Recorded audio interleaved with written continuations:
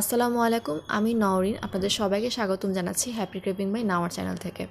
আজকে আমি আপনাদেরকে তৈরি করে দেখাবো বেকারি স্টাইলে পিৎজা।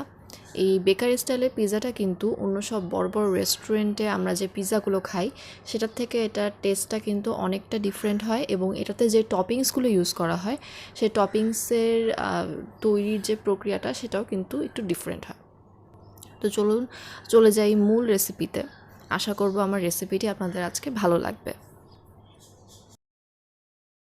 তো বেকারি স্টাইলে পিৎজার জন্য আমাকে আগে এটা টপিংসটা তৈরি করে নিতে হবে। তো এর জন্য আমি এখানে একটি ফ্রাই প্যানে মিডিয়াম হিটে 2 টেবিল চামচ সাদা তেল দিয়ে দিয়েছি, এবং এর ভিতরে আমি এখন দিয়ে দিলাম আধা চা চামচ আদা বাটা।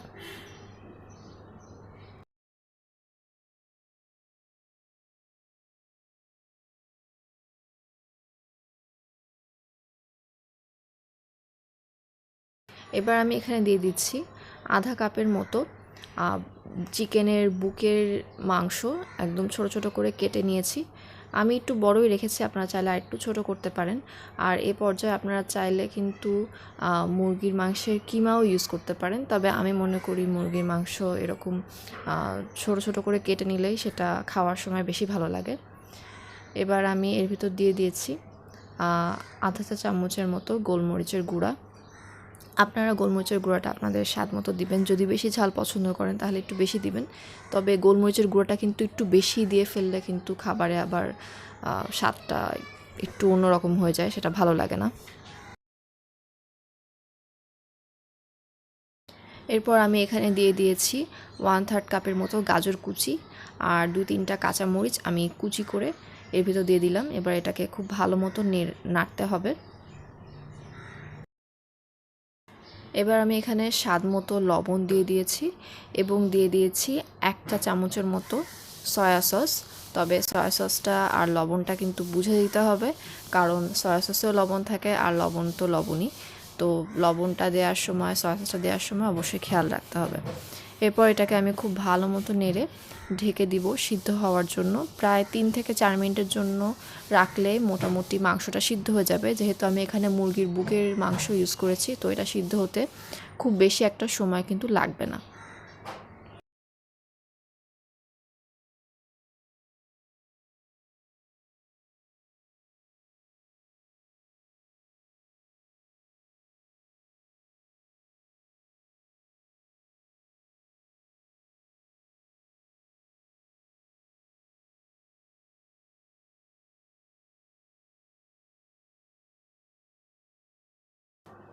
3 থেকে 4 মিনিট পর মাংসটা সিদ্ধ হয়ে গেলে ঢাকনাটা খুলে নিলাম।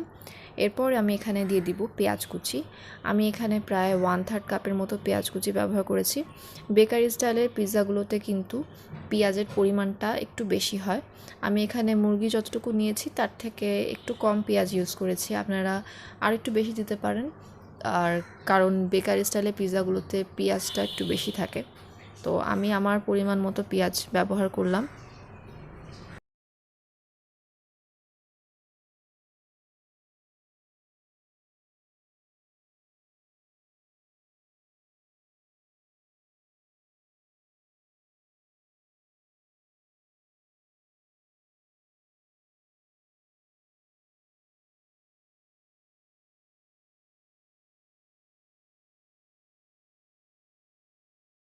পেঁয়াজটা দিয়ে ভালো মতো নেড়ে চেড়ে আমি এখানে 1/4 কাপের মতো ক্যাপসিকাম কুচিয়ে দিয়ে দিলাম।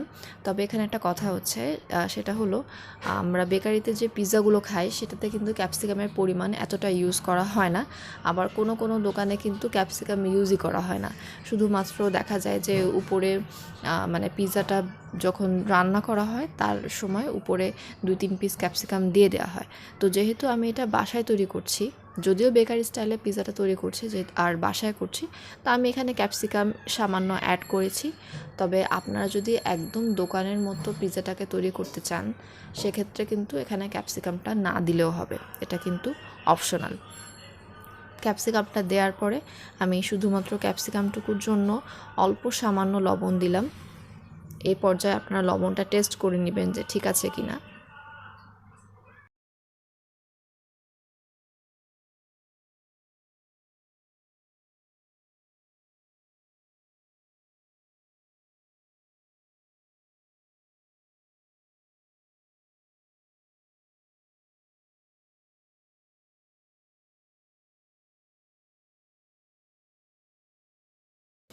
এবার আমি এখানে দিয়ে দিচ্ছি 4 টেবিল চামচ গরুর তরল দুধ, অর্থাৎ লিকুইড দুধ।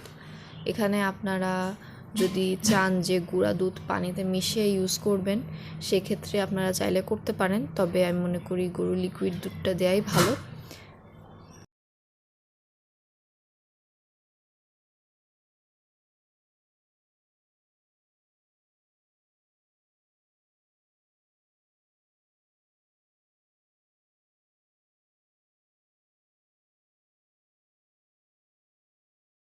এবার আমি এখানে 2 টেবিল চামচ পানির সাথে 1 চা চামচ কর্নফ্লাওয়ার খুব ভালো মতো গুলিয়ে নিয়ে পুরোটা এর ভিতর দিয়ে দিচ্ছি।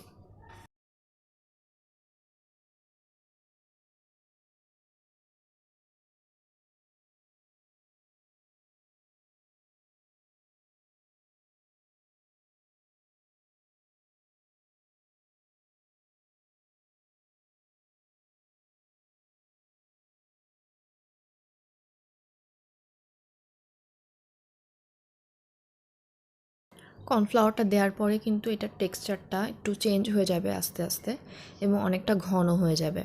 তখনই বুঝতে হবে যে এটা একদম তৈরি হয়ে গিয়েছে। আর এটা কিন্তু খুব বেশি ঘন করে তোলা যাবে না, একটু পাতলা থাকা অবস্থায় তুলতে হবে, কারণ এটা যখন ঠান্ডা হয়ে যাবে তখন কিন্তু এটা আরও ঘন হয়ে যাবে।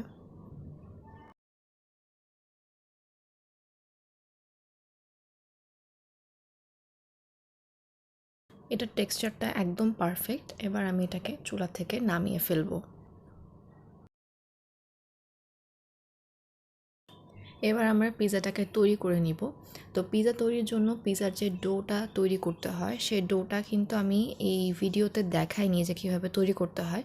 আমার কিন্তু পিৎজার আরও একটা রেসিপি আছে, সেই রেসিপির লিঙ্কটা কিন্তু আমি ডেসক্রিপশন বক্সে দিয়ে দিব।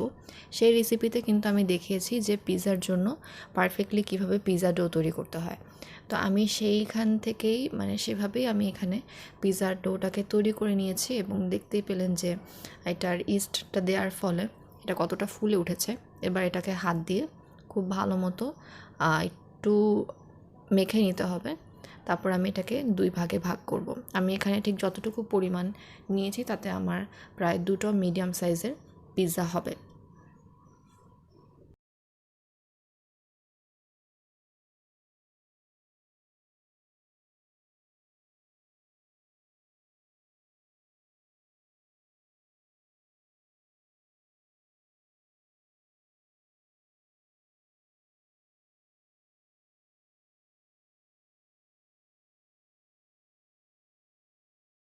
এবার আমি অর্ধেকটা নিয়ে খুব সামান্য একটু ময়দা দিয়ে এটাকে একটু গোল করে বেলে নিব। আমি ঠিক যতটুকু সাইজ করব সেই অনুযায়ী। আরেকটা কথা, সেটা হচ্ছে এই বেকারির পিৎজাগুলোতে পিৎজার যে ক্রাস্টটা সেটা কিন্তু অনেকটা থিক হয়। তো আমি সেরকম বুঝেই কিন্তু এটাকে একটু বেলে নিব।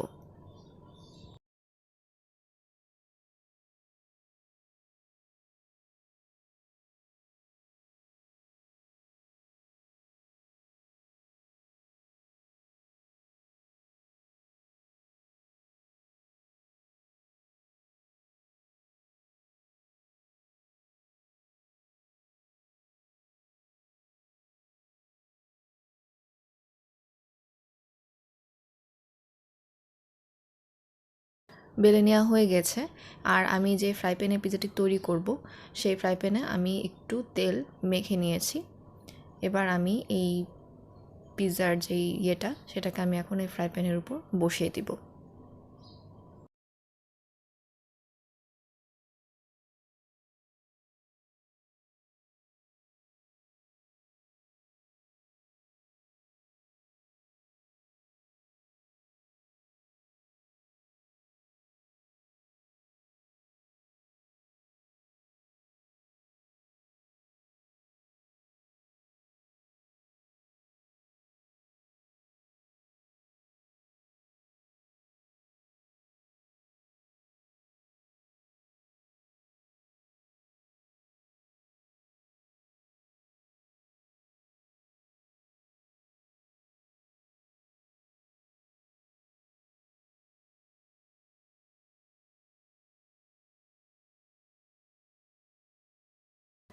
পিজাটা ফ্রাই প্যানে বসিয়ে হাত দিয়ে চেপে একটু ছড়িয়ে নিয়েছি। এবার আমি পিজা ডো থেকে সামান্য একটু নিয়ে ওটাকে লম্বা সাপের মতো করে, দেখতে পাচ্ছেন ভিডিওতে, ওভাবে করে নিয়ে আমি পিজার এটার উপরে এভাবে বসিয়ে হাত দিয়ে চেপে চেপে বসিয়ে দিচ্ছি। এটা এভাবে দিলে হয় কি, দেখতে একটু সুন্দর লাগে। আমরা যদি বেকারি পিজাগুলো দেখি ওটাতে কিন্তু সাইডগুলো অনেকটা উঁচু হয়ে থাকে, তো ওইটা করার জন্য আমি এটা এভাবে করে দিলাম। আপনারা চাইলে এটা নাও করতে পারেন, শুধুমাত্র দেখার সৌন্দর্যের জন্য এটা দিয়েছি।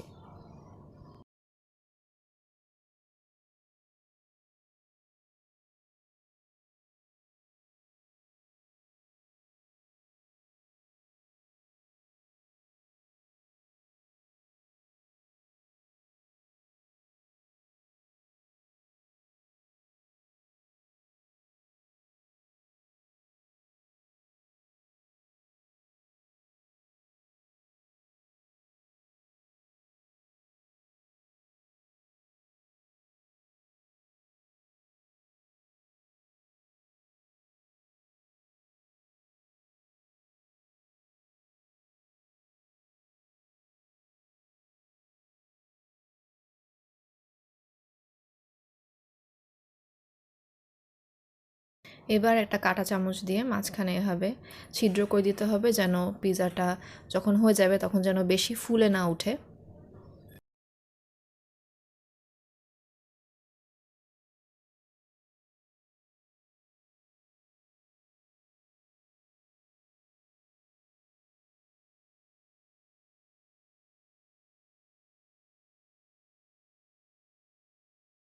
এবার আমি উপর থেকে টমেটো সস এভাবে ছড়িয়ে দিচ্ছি।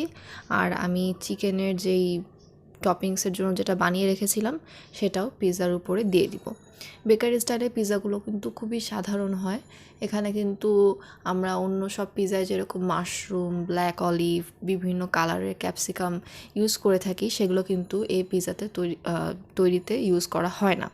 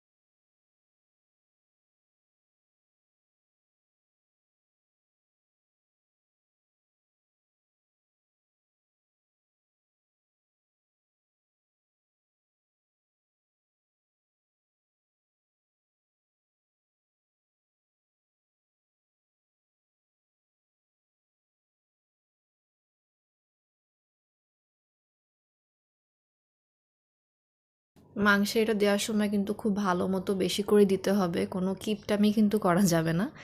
এভাবে দিলে কিন্তু মানে যত বেশি দেওয়া হবে খেতে কিন্তু তত বেশি মজা হবে।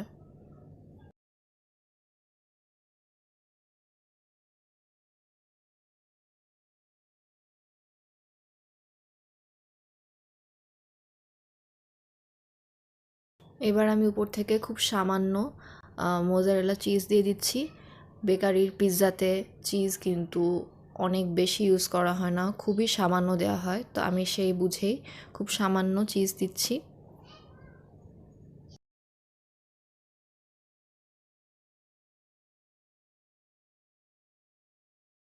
আর উপর থেকে 4 পিস ক্যাপসিকাম এভাবে লম্বা লম্বা করে কেটে নিয়ে আমি এভাবে দিয়ে দিচ্ছি, দেখতে সুন্দর লাগবে তাই। আপনারা কিন্তু মুরগির মাংসের যে টপিংসটা সেখানে কোনো প্রকার ক্যাপসিকাম ইউজ না করে শুধুমাত্র উপরে এভাবেও দিয়ে দিতে পারেন, এটা আপনাদের ইচ্ছা। তো এবার আমি এই পিৎজাটাকে চুলায় তৈরি করার জন্য নিয়ে যাচ্ছি। চুলায় এখানে আমি হচ্ছে পিৎজার এই ফ্রাই প্যানটি বসিয়ে দিয়েছি এবং এটাকে ঢাকনা দিয়ে ঢেকে দিব।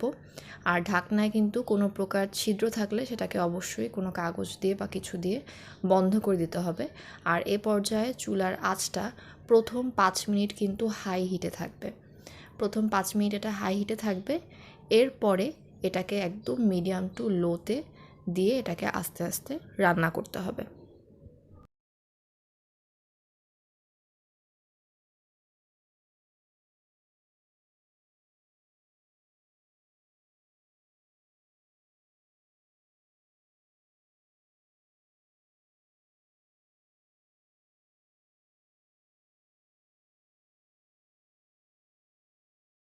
পিৎজাটা তৈরি হতে আমার 10 থেকে 12 মিনিটের মতো সময় লেগেছে। আপনাদের কিন্তু এর থেকে কম বা বেশিও লাগতে পারে। এটা ডিপেন্ড করে আপনি পিৎজার যেই ক্রাস্টটা সেটাকে আপনি থিন রেখেছেন নাকি থিক রেখেছেন। যদি থিন রাখেন তাহলে কিন্তু খুব তাড়াতাড়ি হয়ে যাবে, আর থিক রাখলে কিন্তু অনেকটা সময় লাগবে। আর এখানে আমি উপরে যেই ময়দা দিয়ে যেই এটা সাজানোর জন্য যেটা তৈরি করেছিলাম, এটা কিন্তু হাত দিয়ে একটু দেখতে হবে যে এটা ভালো মতো কুক হয়েছে কি না, কারণ এটা যেহেতু উপরে আছে এটা কিন্তু কুক হতে একটু টাইম লাগবে। তো সেটা বুঝে কিন্তু চুলায় একদম লো হিটে এটাকে রান্না করতে হবে। আমার পিৎজাটা কিন্তু তৈরি হয়ে গেছে এবং চিজটাও মেল্ট হয়ে গিয়েছে, আর একদম পারফেক্টলি হয়েছে সব কিছু। দেখতেই পাচ্ছেন পিৎজাটা দেখতে কতটা সুন্দর হয়েছে। এবার আমি এটাকে সার্ভ করার জন্য উপরে একটু টমেটো সস দিয়ে দিচ্ছি। আপনারা চাইলে টমেটো সসের সাথে মেয়োনিজও দিতে পারেন। আমি মেয়োনিজটা পছন্দ করি না, তাই দিচ্ছি না। তবে বেকারি পিৎজাগুলোতে কিন্তু সসের সাথে মেয়োনিজও দেওয়া হয়।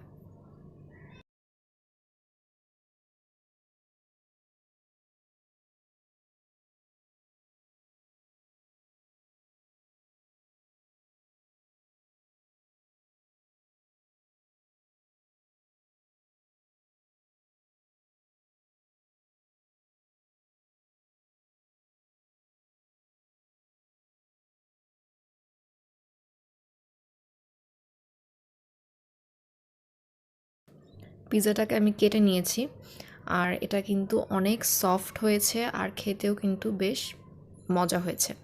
তো আমি আশা করব আপনারা এই রেসিপিটি অবশ্যই বাসায় তৈরি করবেন এবং আমাকে জানাবেন যে কেমন হলো। আমার ভিডিওটি যদি ভালো লেগে থাকে তাহলে অবশ্যই আমার ভিডিওটিতে লাইক করবেন, শেয়ার করবেন এবং কমেন্ট করবেন। আজকে এই পর্যন্তই।